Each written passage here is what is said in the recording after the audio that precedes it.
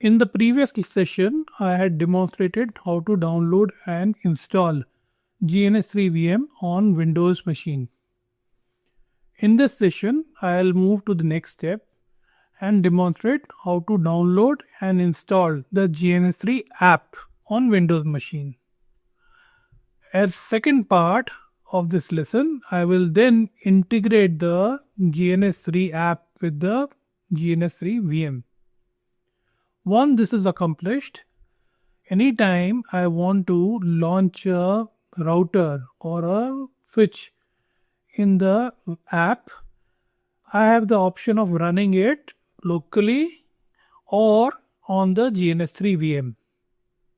So this is all that I'll cover in this session. Let me get started by first logging into the GNS3 website. For that, I am at the GNS3 website. I'll sign in, give my email address,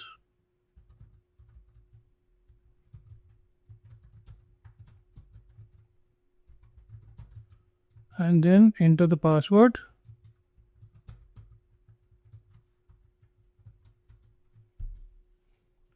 Once I log in, I will click on the free download tab. Here we can see the versions for GNS3 app available for Windows, Mac and Linux. Since we are working on Windows, I am going to use this. Now one thing that is key for this to succeed is the version of both the GNS3 app and the GNS3 VM should be same. And that's what we are going to do. In my previous lesson, I had used the same version 2.2.54 for GNS3 VM, and here also I am going to use the same. I am going to click on the download button. I am going to decline this and wait for. So download appears to have completed. Let me check my folder, download folder. Here is the GNS3 application has been downloaded. I will double click on this to start the installation. When prompted whether I want to proceed, I'm going to say yes. This might not be visible to you in the recording, but if it appears to you, just say yes.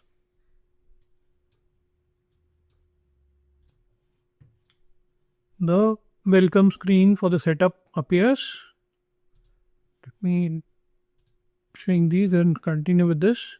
I'll click next, and here I'll just say I agree to the license agreement and hit next. And for now I'm going to say yes to whatever has been provided here. Say next and wait for the installation to proceed.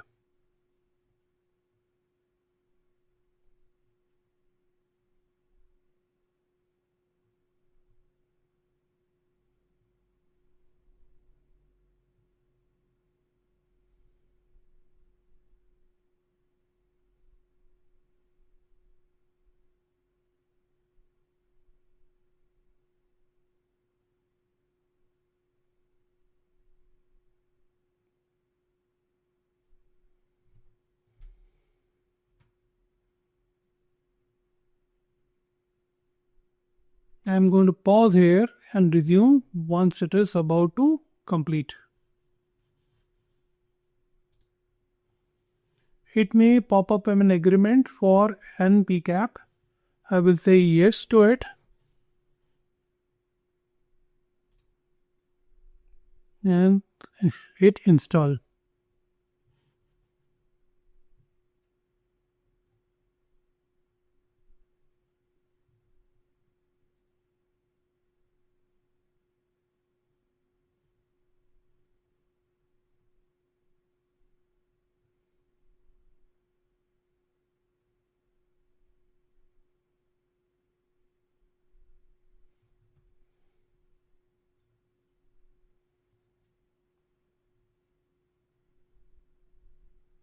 one suggestion or recommendation that I have for you is, in case you find the speed of my lectures to be a little slow, you can obviously go ahead and tune the settings for playback to 1.5 or 2.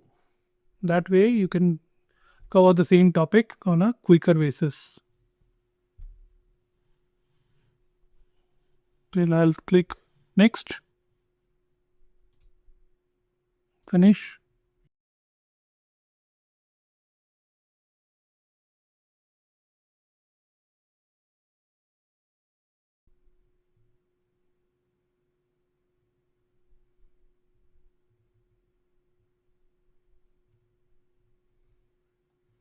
I'm recording this session over a extended monitor, and some of the icons might appear directly on my laptop, and this is how the icon has appeared here. I just moved it from my laptop screen to the extended monitor. Let me pause here again in the interest of keeping the tutorial precise and concise, and I'll resume once the installation is about to complete. It's asking me for this option of trace ng. I'm just going to click close on this, just say continue,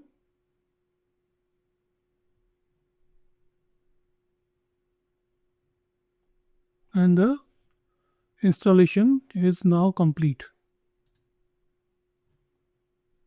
And for this I'm going to decline and say no.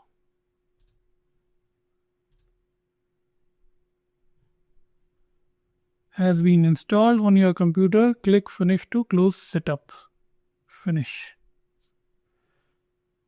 And here the website again opens up a tab saying thank you for blah blah blah, an exclusive offer. I am not interested, so I'm going to just close it, and my work with the website is now complete. I'm going to log out and close the browser.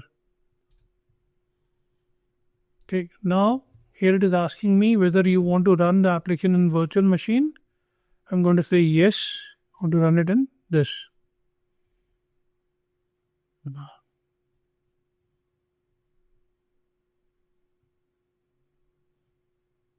And say next. Connection to the local GNS server has been successful. Next. And here VMware recommendation is the case. So this is what I am taking. For vCPUs, I'm going to select 2. And ideally, I would want to have the RAM as 4 MB. Okay, so this is what I have set. I'm going to set next. And once I do that, what happens is in the background, the VMware application has also gets started, right? So as you can see on this side, GNS3 VM is starting here, and in the background, the GNS3 VM that we had installed in the previous lesson on the VMware workstation is now getting initiated. And it has come up here.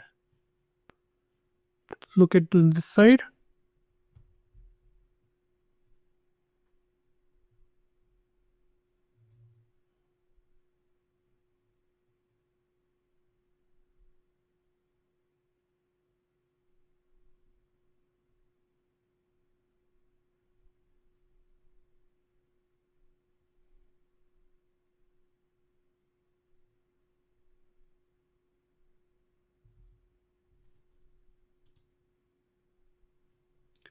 Summary: the service type has been configured. Please see the summary of the settings below.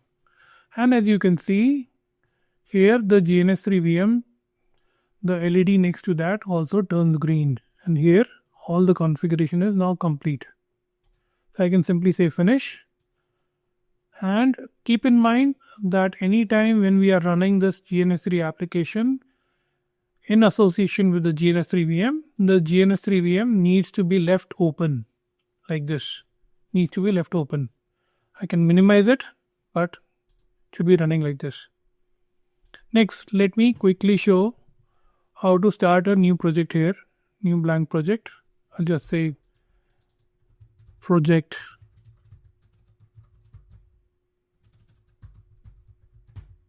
1, 2, 3. Just giving a random name here. Okay.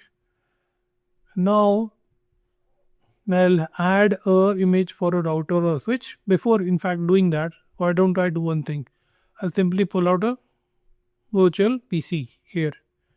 Now here it is asking me please choose a server, and here I can select it to be run on GNS3 VM, and this is what it is. Now the PC1 or the virtual PC that we are running is using the resources of the GNS3 VM. So plain and simple, anything, any device or network entity we drag here, it was now going to ask us to be running it on GNS3 VM or not, and this is how we select and do it. Okay. Now before I conclude, let me also show one more thing. First of all, I can delete this. Next, when I close this, right, in the setting, let's go back to the preferences, edit preferences, and here we have the option of configuration for GNS3 VM.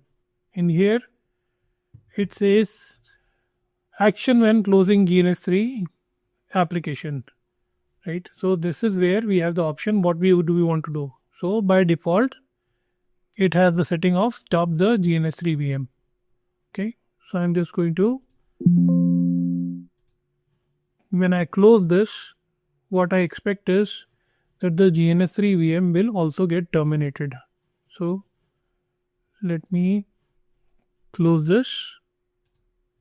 Sure, you want to exit GNS3? Yes.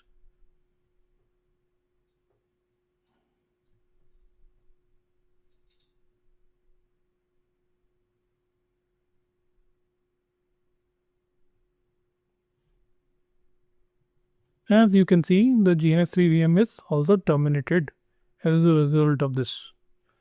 With this, I conclude this session, and by now, if you follow the steps, you should be able to integrate the GNS3 application with the GNS3 VM that is installed on the VMware workstation.